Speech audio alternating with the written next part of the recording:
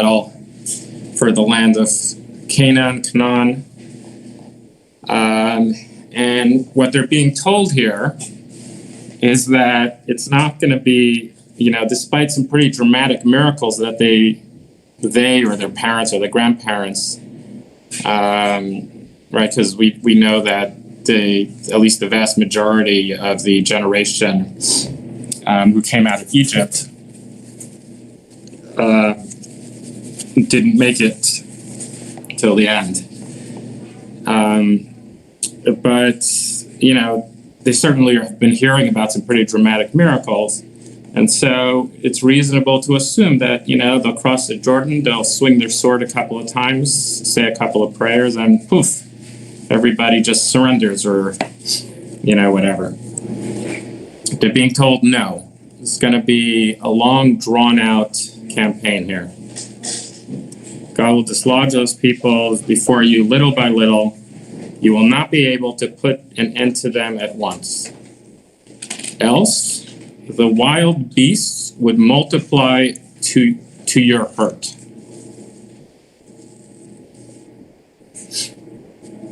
So that's what it says.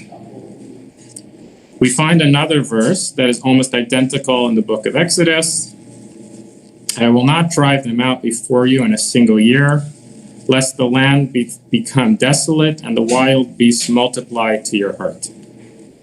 I drive them out before you little by little until you have increased and possessed the land. Right? Very similar. These are two messages. There are two messages I get from these verses. Firstly, that it's going to be a slow process as opposed to one big battle with a dramatic victory. The second, that understanding is confirmed by the following two verses from Joshua, and there are other verses as well. I just pulled two. This is from Joshua 15:63, right? So Joshua is the first books in the Hebrew Bible after the 5 books of Moses. So it continues the narrative. But the Yevushis, the Judites, I don't even know how to say that word, could not dispossess the Jews. The Judites could not, I thought it was some kind of way of trying to say Yevusis, but we have that later. The Judites could not dispossess the Jebusites, the inhabitants of Jerusalem, so the Judites dwell with the Jebusites in Jerusalem to this day. Right? It's interesting, depending on if you see the current Arab or whatever else their origins are on population, as a continuation of that, then it's literally to this day. But at least Joshua is talking about it in his time, right? Hi, Arlene. And then we have the other one, Joshua 30. Good morning, Rabbi. Okay. But the Israelites failed to dispossess the Geshurites and the Machites, and Gesher and Machite remain among Israel to this day. All right, so it's showing that it was an ongoing campaign. The other message in the verses is about the wild beasts. It seems like an unnecessary addition. Right? It could have told us that it's going to take you a long time to dispossess the inhabitants. What's this business with this warning about wild beasts? I brought this question up to a couple of family members and got the following creative responses. Number one, this is my mother-in-law. God is promising victory, or at least this is what I understood from what she said. God is promising victory and protection from against the enemy army, but not necessarily from the wild beasts. Right? And so, you're being promised the land, but you're not being promised everything along with it. You still have to do your part. And your part, in this case, means watching out for wild beasts and making sure that you have the numbers of people and the weapons or whatever or gates to protect yourself. and the broader message of God does for those who do for themselves kind of thing. Second one, this is my brother-in-law. He said, we need to watch out for the wilde chayes. For those that are not familiar with that Yiddish expression, wild individuals, right? Literally, it means wild animals. I see the wilde chayes idea in two ways. One way to look at it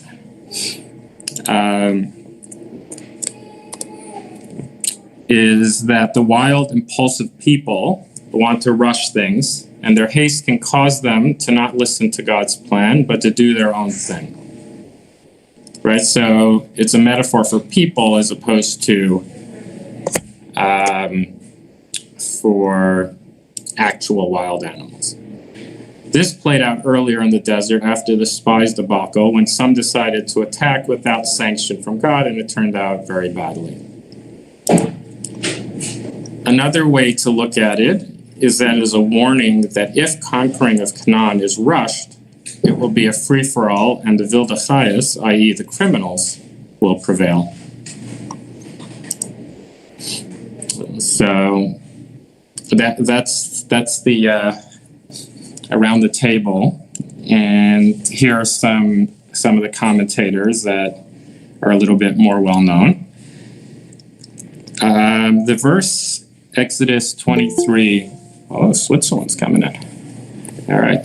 The verse, Exodus... Rabbi, Shelley Blackman, I had a thought. I thought it was a rationalization in the sense that what it seemed to be saying to me was I could just with one push knock everybody out, but it'll have the negative effect that since you're few in number, the wild animals will take over. So it's much better to do it slowly, and as you increase, so you'll take over the land, and the wild animals wouldn't take it over. I thought it was in the nature of a rationalization. And you're correct. That's certainly the way a lot of the commentators read it, as you'll see. And I think that is the simple understanding. Of course, the question then becomes, if God can make humans do his will, you would think he can certainly make animals do his will. And so, why is this an issue? So the verse Exodus 23:29, as well as the verse in our portion, Deuteronomy 7:22, seem to indicate that the wild beasts will do what they do naturally, exactly what Shelley is saying, and no divine intervention will be involved. The following explanations from Chizkuni, Ibn Ezra, and the Rambam seem to follow that logic. And just, Robert, to bring you up to date, we're talking about this verse here in our portion. It says, "The Lord your God will dislodge those people before you," talking about the current residents of Canaan, "little by little. You will not be able to put an end to them at once. Or else, if you were to, the wild beasts would multiply to your hurt." Thank you for the explanation. Absolutely, right? And the question that we're asking is, why is it bringing this in there, right? The main message is, it's not going to happen quickly. Why is it telling us about the wild beasts? So, where am I? Chizkuni, right. You will not be able to destroy them quickly. The word tuchal is not to be understood as an inability on your part, that somehow you're deficient. It will not be in your interest to do so, as you would create a vacuum of not enough people in the land that would encourage invasion by free roaming beasts. Right? Exactly what Shelley said.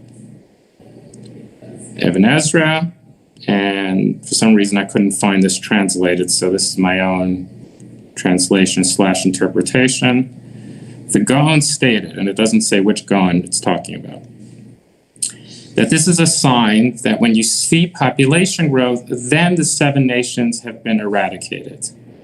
The explanation being that Israel is very large, and those leaving Egypt were not enough to settle the land, thus leaving it unpopulated and open to wild beasts. Very similar message. Rambam.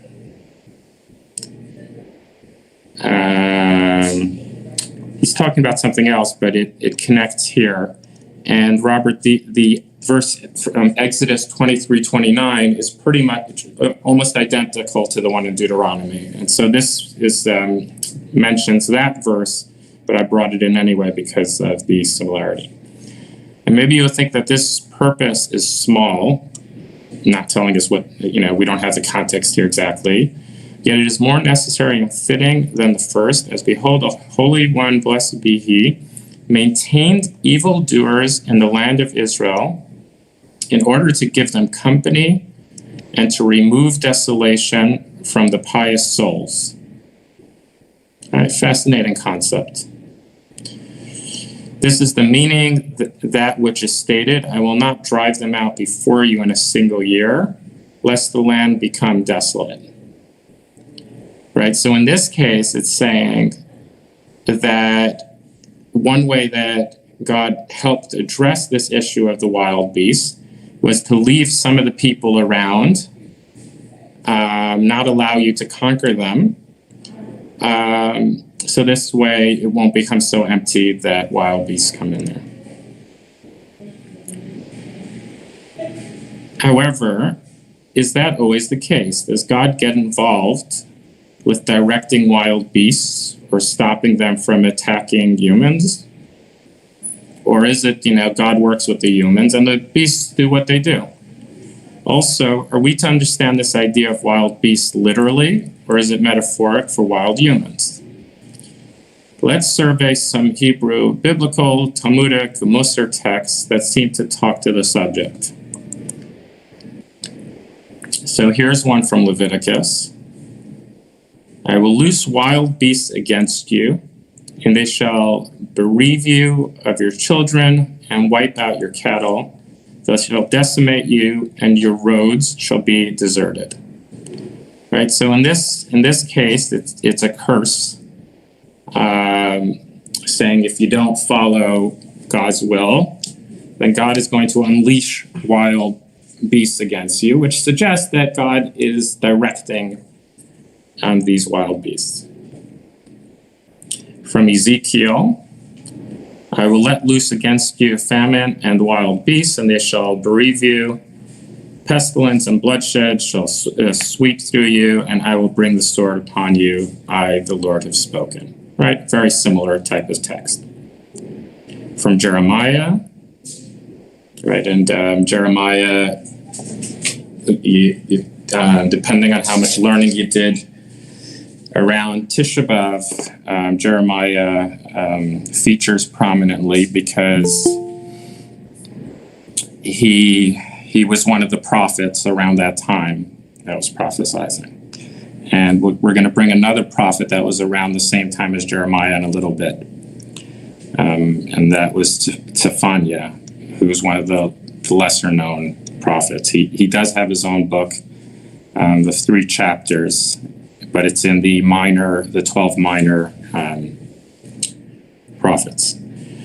All right, from Jeremiah. For thus said the Lord of hosts, the God of Israel, I have put an iron yoke upon the necks of all those nations, that they may serve King Nebuchadnezzar of Babylon and serve him.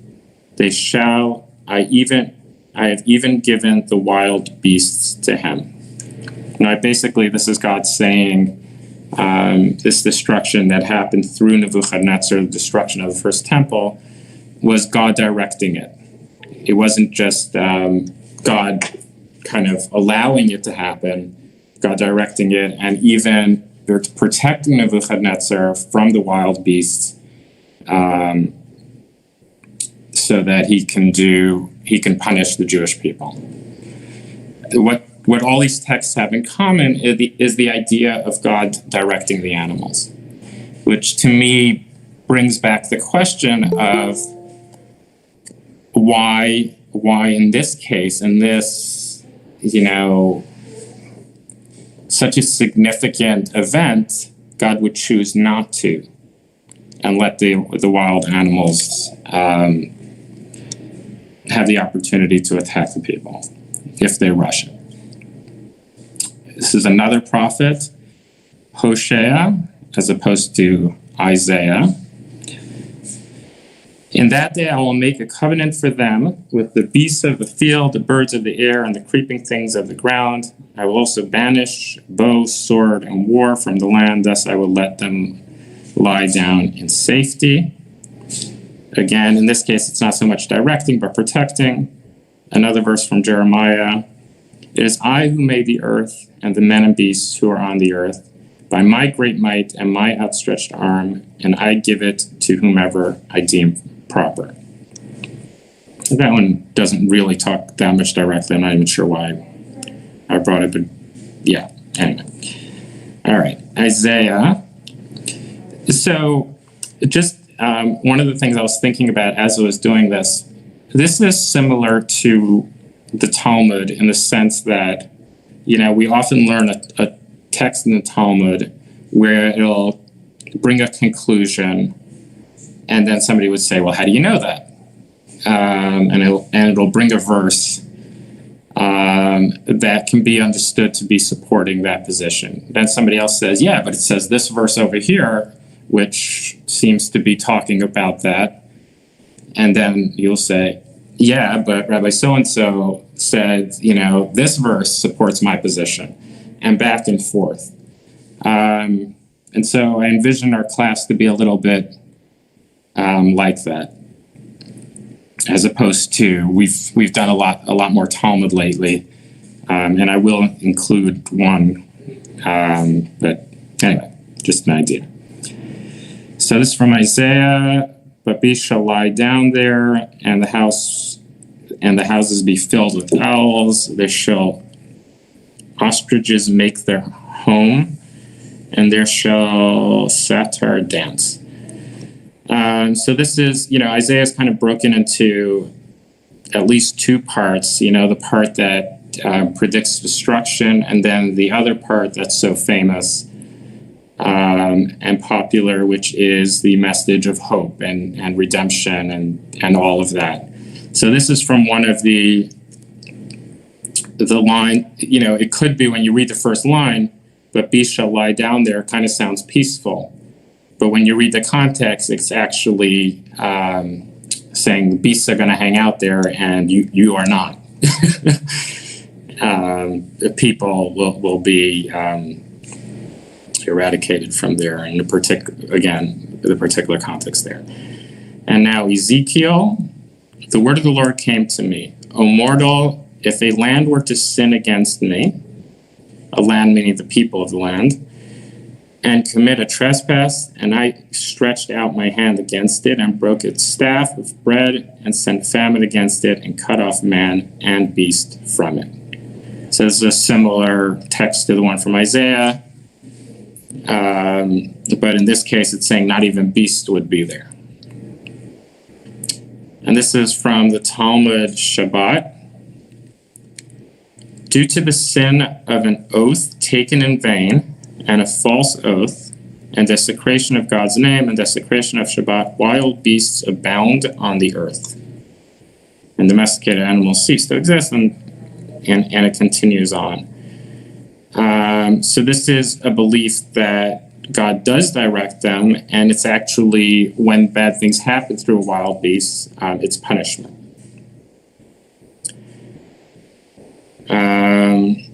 And then this is from Zephaniah, who I mentioned earlier, who was around the same time as Jeremiah. Is this the gay city that dwelt secure, that thought in her heart, I am, and there is none but me? Alas, she has become a waste, a lair of wild beasts. Everyone who passes by her hisses and gestures with his hand. Right? And so the proud have fallen, and part of that is that the beasts are hanging out there, which kind of goes back to the original explanation of it's not so much that the beasts are being, commanded, hey, go there. It's just that it's desolate. And so they're hanging out there. From the book of Daniel, he was driven away from men, and his mind made like that of a beast, and his habitation was with wild asses. He was fed grass like cattle, and his body was drenched with the dew of heaven until he came to know that the Most High God is sovereign over the realm of man and sets over it whom he wishes. So this talks more to the idea of wild beasts as a metaphor. And we see it in both contexts. I think I have another text here where it can be seen as a negative, or it can be seen as a positive, as strength. And this text, and anybody can jump in at any point if you have thoughts or questions, obviously. From the Mestilat Yesharim, which is a Musar text. For those that are not familiar, Musar is a movement of self-improvement, in some ways self-flagellation, but certainly self-scrutiny. The Hasidic movement saw itself as sort of a counter, more positive way of achieving some of the same ends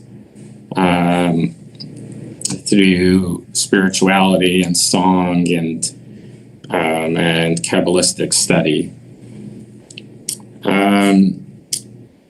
So Mestilat Yesharim for a lot of people is the main text of Musar.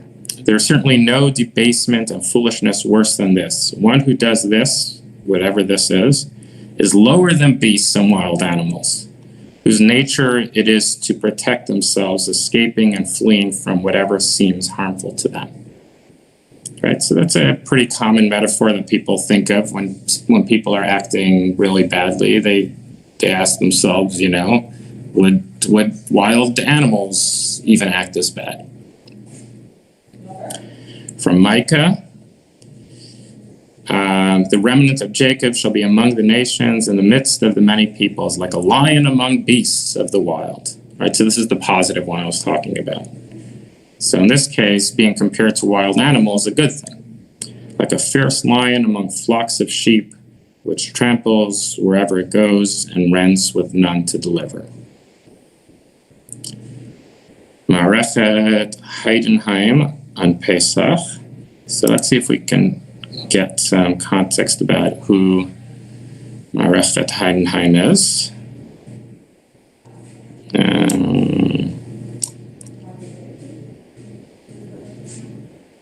I don't know if it has it here. Let's see. Oh, here we go. I have to share this tab. Here we go. So, composed in Frankfurt am Main, Germany, Ma'arechet Heidenheim was written by Rabbi Tevel Bundy and was published in 1898 in Frankfurt am Main. Not much is known about the author. Oh, that doesn't help as much. One of his commentary reflects the thought of a man who was aware of the changing times in which he lived. Okay. And we go back, share this tab. Yeah. So when thinking of wild beasts, one place that we see what seems to be God directing, I mean, it's pretty clear, God directing wild beasts is in the 10 plagues. Right? So, in the plague of the wild beasts, why did the Holy One cause the plague of wild beasts? Because the Egyptians herded the Israelites like a herd. So the Holy sent the birds of prey and wild beasts in large herds to attack them. Right? So it's the idea of midah keneged midah, or justice. The term is slipping my mind right now, but when we were talking about the in the class about justice, when basically the crime meets the punishment, it's not, I think, reciprocal justice, I think is the term. So the Holy sent the birds of prey and wild beasts and large. Okay. Also, because the Egyptians ordered the Israelites to capture bears, lions, and leopards to live in Egypt, so God sent a mix of wild animals. I didn't know that was part of their what they had to do, or if I did know it, I don't remember.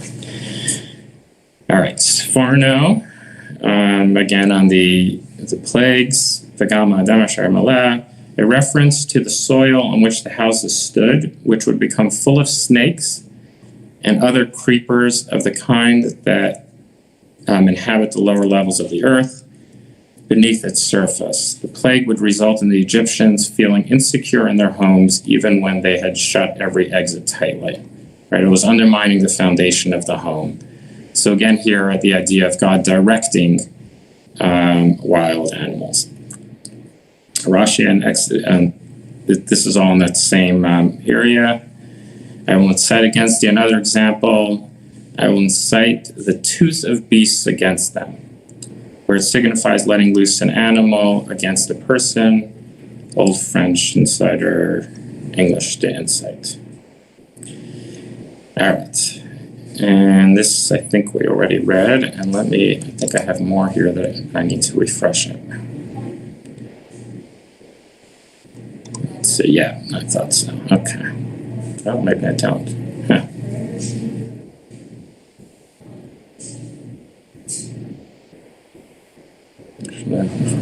Yeah. Yeah, so the idea of, in general, one of the things that people struggle with in tragedy is the idea of how much God is causing something to happen, or some angel or demon, or or just nature. That's one way to see it. Another way is to say, okay, maybe God's not directing it, but God can stop it. And is God doing that? Versus, God just put all these forces into play and they do whatever they do, and hopefully things work out for the best. And to see that, so we know, for instance, the idea of free choice in human beings. Do animals have free choice? And to what extent?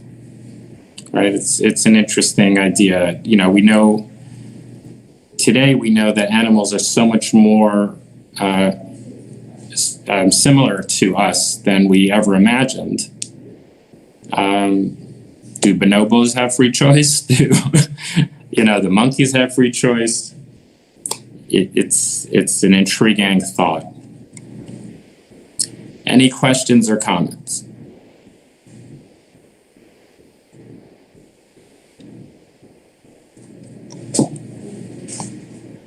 If you're talking, you're muted. All right.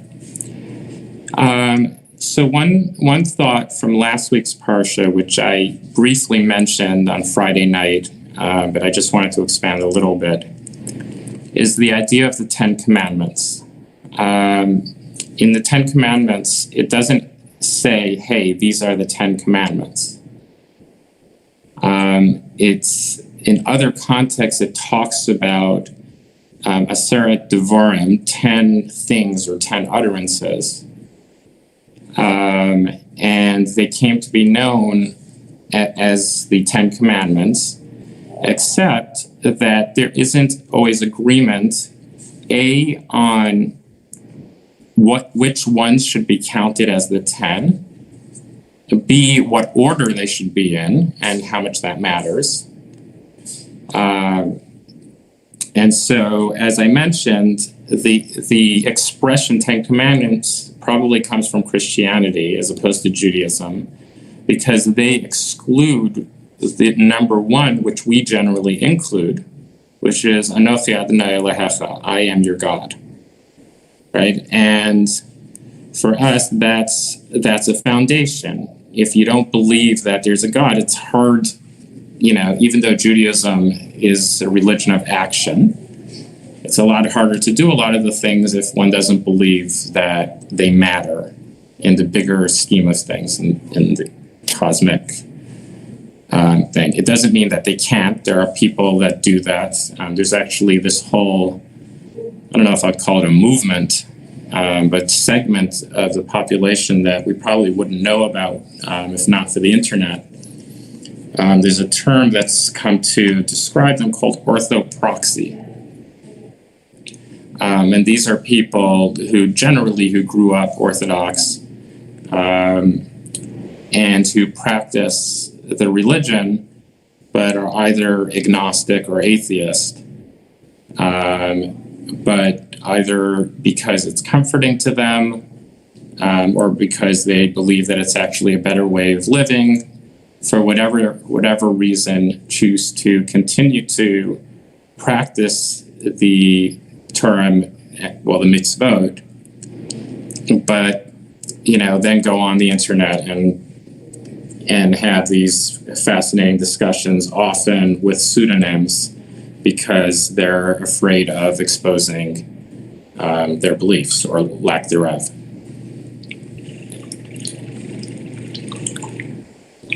There was an article not too long ago, I don't remember where, discussing them, and I know some individuals like that personally, and it's fascinating to see how we all find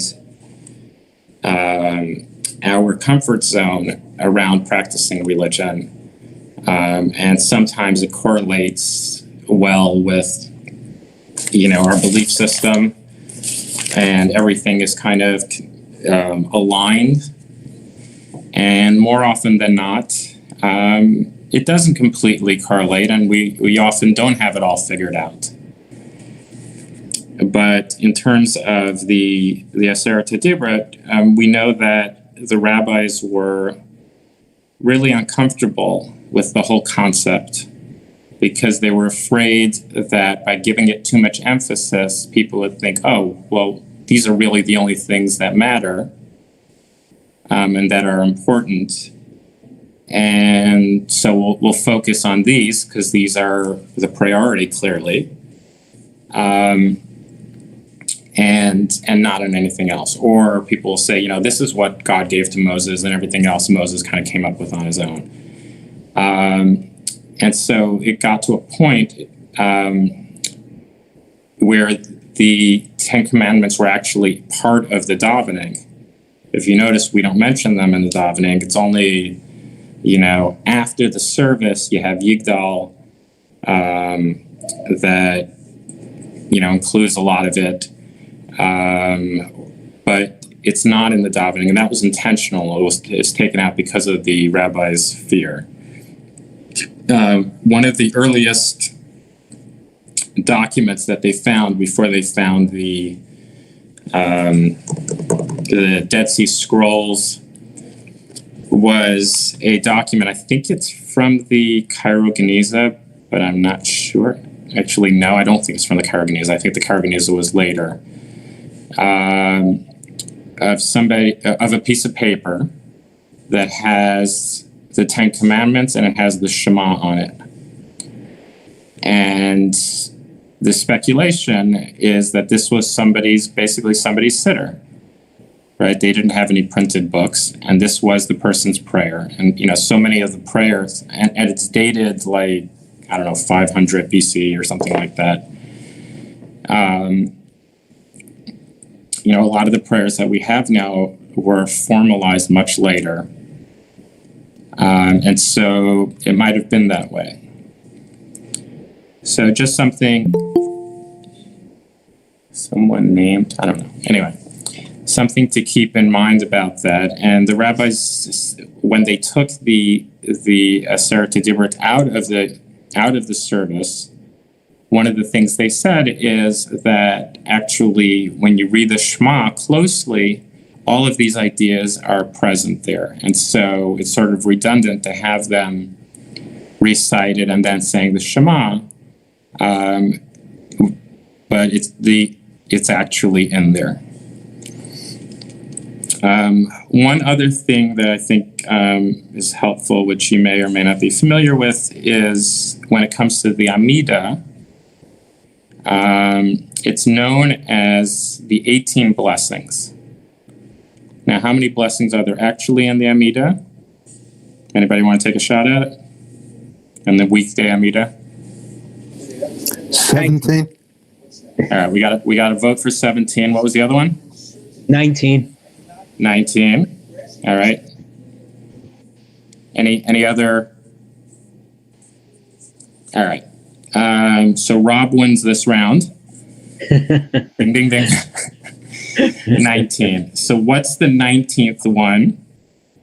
Which clearly was an add-on, because otherwise it wouldn't be called the 18 blessings. Do you remember, Rob? Oh, I'm not sure of him. Exactly. Hi, Mordechai. I didn't know you were with us. Do you want to explain what the purpose of it was? There was a lot of lashon hara. People were talking about each other. It's too much, So they made up a new blessing, for people not to do that anymore. Right? Right, and it was basically all the people that are a threat to us and are trying to undermine us. A prayer that they shouldn't be successful. And of course, the biggest threat, as we know from Tisha B'Av, was the people who would go to the government and say the Jews are plotting against you. And so, after Tisha B'Av and after several of these events, they said, you know what?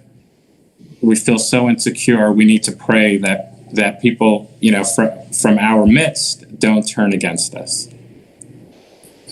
And, that's happened many times since.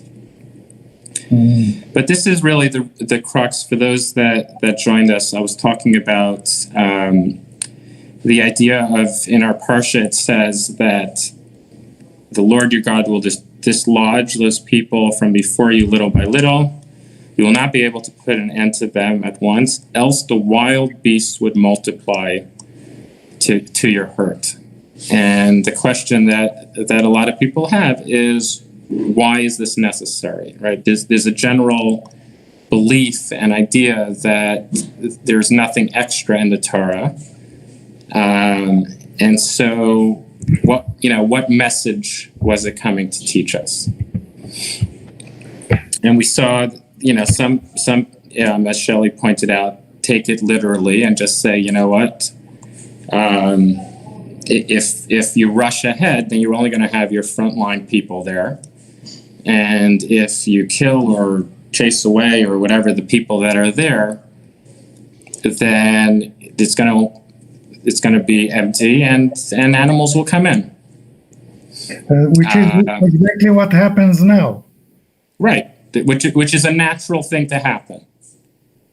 But the question is, if God is making this supernatural event of bringing the Israelites into the land, this is the same God who was dropping food from heaven and was, doing all these grand miraculous things, open miracles.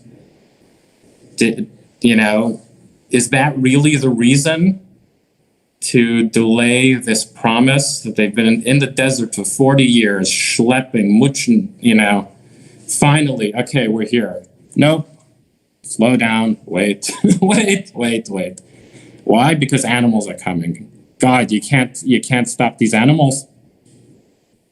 Right? It's a fascinating idea, which to me is what says there's got to be more to it. And maybe the idea, like my mother-in-law said, is to teach us that when we're in the desert, there are times, it's like when you go on a Shabbaton or a spiritual retreat and everything is taken care of for you. There's no temptation, there's no, You don't need to go figure out where your meal is coming from. Everything is organized, it's arranged. But then there's reality, and you leave the bubble. And, when they were in the desert and that whole period, things were taken care of for them. They needed God to do for them what they couldn't do for themselves. But now they're being given a land and given tools. And God is saying, you know what? You're big kids now. I'm taking the training wheels off. And there are going to be things you're going to have to deal with on your own. So that's my thoughts about it. Rabbi, the other thing is the direction that you were going in, that God has limited powers. Like that thing, Hakol b'yedei Shemayim chutz me'yira Shemayim. So that's right. As well as the famous argument that Rabbi Kushner makes in his book, why do bad things happen to good people, or something like that. I always get that a little wrong. When he lost his young son, and he looked at verses in the Torah where it talks about God crying with us, and the question is, if God is super powerful, omnipotent, then why does God need to cry? Why doesn't God just change it? I need to cry because there's nothing I can do about it. That's why I'm sad. Why doesn't God change it? And he said that for whatever reason, God chose to create the world in a way with free choice and with that whatever criteria God uses, which is a mystery to us, God generally doesn't micromanage and doesn't get super involved, and lets the forces of nature and human free will operate. And so God is crying with either regretting that he made it this way is one way to look at it, or another way is that, even the idea of God having emotions is a fascinating concept. Is that, it's the way of saying that God is still close to you, even when something happens that doesn't make sense to us, to you. And his argument was that, yes, of course, God is omnipotent and omnipresent and, all of those other things, but God chose to put a rule book in place, and that includes not getting involved in most cases. And so God is sort of handicapped by his own rules. Rabbi? Yeah. It could be that animals also have a certain freedom which corresponds to our free will. Right. And God does not like to overly interfere or suppress their freedom either. Right. So just like he doesn't like to manage everything for us, he doesn't like to keep animals from being and doing what they actually feel they should do too much. So this is a miraculous intervention when he does control animals, like Daniel in the lion's den. Yeah. But normally he doesn't, the idea would be that God doesn't think it's right to stop animals from being animals, just like he doesn't think it's right to stop people from exercising their free will. That would be another idea. Yeah, and I think some of the texts hint at that. Growing up, I was taught that animals don't have free will, but just because I was taught that doesn't mean it's true. So it's certainly something. I think it begs the question, and it's intriguing to think. Especially now that, so many things that people for thousands of years assumed animals couldn't do, then Jane Goodall comes around and some other people, and they start paying a little bit more closer attention and they put some electrodes onto the brain of the animal or whatever, it's like, hey, turns out the animal could speak. They're just because we don't understand it doesn't mean they're not communicating, or whatever the particulars are.